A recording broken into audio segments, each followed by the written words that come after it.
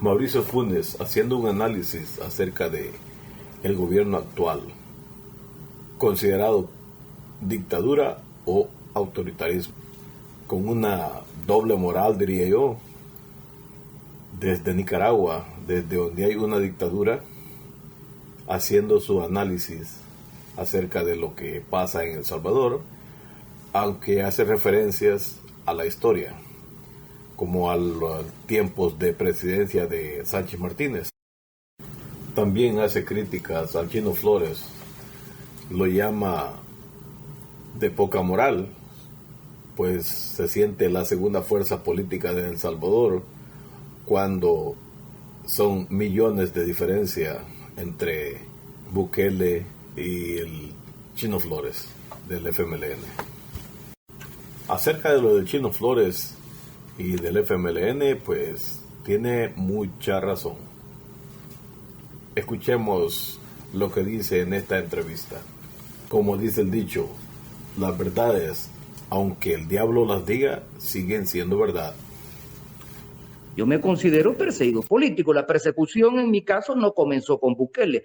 La persecución en mi caso comenzó cuando llegó como fiscal general de la República Douglas Meléndez, que era un fiscal que respondía a la oligarquía y a los gringos.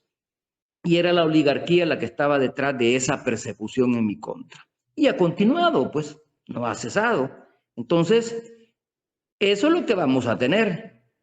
Un gobierno donde se refuerza el poder presidencial y por lo tanto donde tendrá, y esto hay que hacer un análisis a conciencia, tendrá, en mi opinión, todas las características de un gobierno autoritario. O sea, se consolida el autoritarismo en El Salvador. Como digo, hay quienes hablan de que se ha consolidado la dictadura en El Salvador, pero bueno, eso tiene que ser objeto de discusión por parte de los expertos en ciencias políticas y de los historiadores. Pero yo he estado escuchando, por ejemplo, a el historiador Lindo, Héctor Lindo, así es, que en las redes sociales él ha estado haciendo rememoranza de las dictaduras anteriores y ha encontrado características muy similares, especialmente entre la dictadura de Maximiliano Hernández Martínez y el estilo de gobierno del presidente Nayib Bukele. Y lo ha hecho con conocimiento de la historia, pues lo ha hecho con fundamentos. No se trata de una opinión externada a la ligera, sino que ha hablado de algunas características que se repiten, como por ejemplo la anulación de la oposición, la persecución de la oposición, el que la oposición no tenga representación parlamentaria o legislativa, la creación de un sistema de partido único, el control de los medios de comunicación y la persecución de aquellos medios, incluso hasta el cierre de aquellos medios que no le son afines.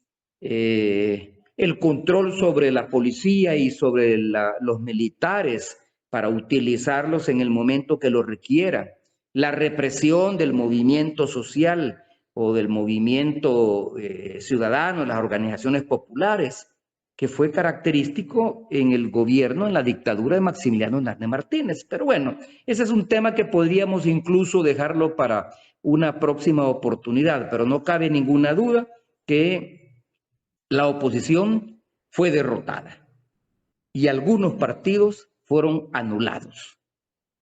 ¿Y anulados en qué sentido? En que perdieron eficacia política, perdieron significado político. A eso es lo que me refiero. El FMLN, bueno, fue oposición armada sin estar en la Asamblea Legislativa. Pero una vez se firman los acuerdos de paz y el FMLN se transforma en partido político, gana una importante cantidad de curules, de escaños en la Asamblea Legislativa, en las elecciones que siguieron a los acuerdos de paz. Por eso es que quienes analizan el proceso salvadoreño señalan, es la primera vez que el FMLN, después de la firma de los acuerdos de paz, no tiene representación legislativa, no tiene diputados y diputadas. Me extraña la posición de Manuel El Chino Flores, que en unas declaraciones también en la prensa dice, ¿y qué es lo que ha pasado en el país? Aquí no ha pasado nada. No tenemos diputados, eso es lo único que ha pasado. Pero eso, dice él, eso no es importante. Como partido político seguimos existiendo. Como fuerza revolucionaria seguimos existiendo. Como partido de oposición seguimos existiendo. Además, dice él, somos la segunda fuerza política en las elecciones, o ganamos la posición de segunda fuerza política con las elecciones presidenciales, porque yo fui, dice, el candidato de la oposición más votado. Quedé en segundo lugar, pero por Dios, con una diferencia de 1.600.000 votos frente a quien quedó en primer lugar. Por mucho que algunos de esos votos se consideren resultado del fraude y que se hayan inflado la votación a favor de Nayib Bukele porque se metieron papeletas, se sacaron papeletas donde habían votos para el chino, porque el chino dice que a él le robaron votos. Bueno, dijéramos que se sacaron papeletas a favor del chino y se metieron papeletas a favor de nuevas ideas. Por mucho que se haya sido, yo no creo sinceramente que se hayan inflado los votos por más de 500 o 600.000 votos. No lo creo. El aparato que se creó no permitiría eso. Pero bien, si así fuera, entonces no ganó con 2.700.000 votos, sino que ganó, restémosle 600, con 2 millones, dijéramos, con 2 millones. Serían 700.000 más de los votos obtenidos por Nayib Bukele en el 2019. Y con respecto a los 390.000 que ganó el chino, serían por lo menos, redondeémoslo, los del chino a 400.000 y los de Nayib dijéramos que solo fueron 2 millones. De 400.000 a 2 millones estamos hablando de 1.600.000 de diferencia. Y por lo tanto, por Dios, ¿cómo se puede hablar de que, o sentirse orgulloso y decir, tengo una victoria moral? Hombre, eso es autoengañarse. Eso es una especie de premio de consolación, bueno, para no sentirme tan mal. Pero definitivamente aquí hay un fracaso, no solo electoral, sino que aquí hay una crisis política de la cual yo veo muy difícil que el FMLN pueda reponerse.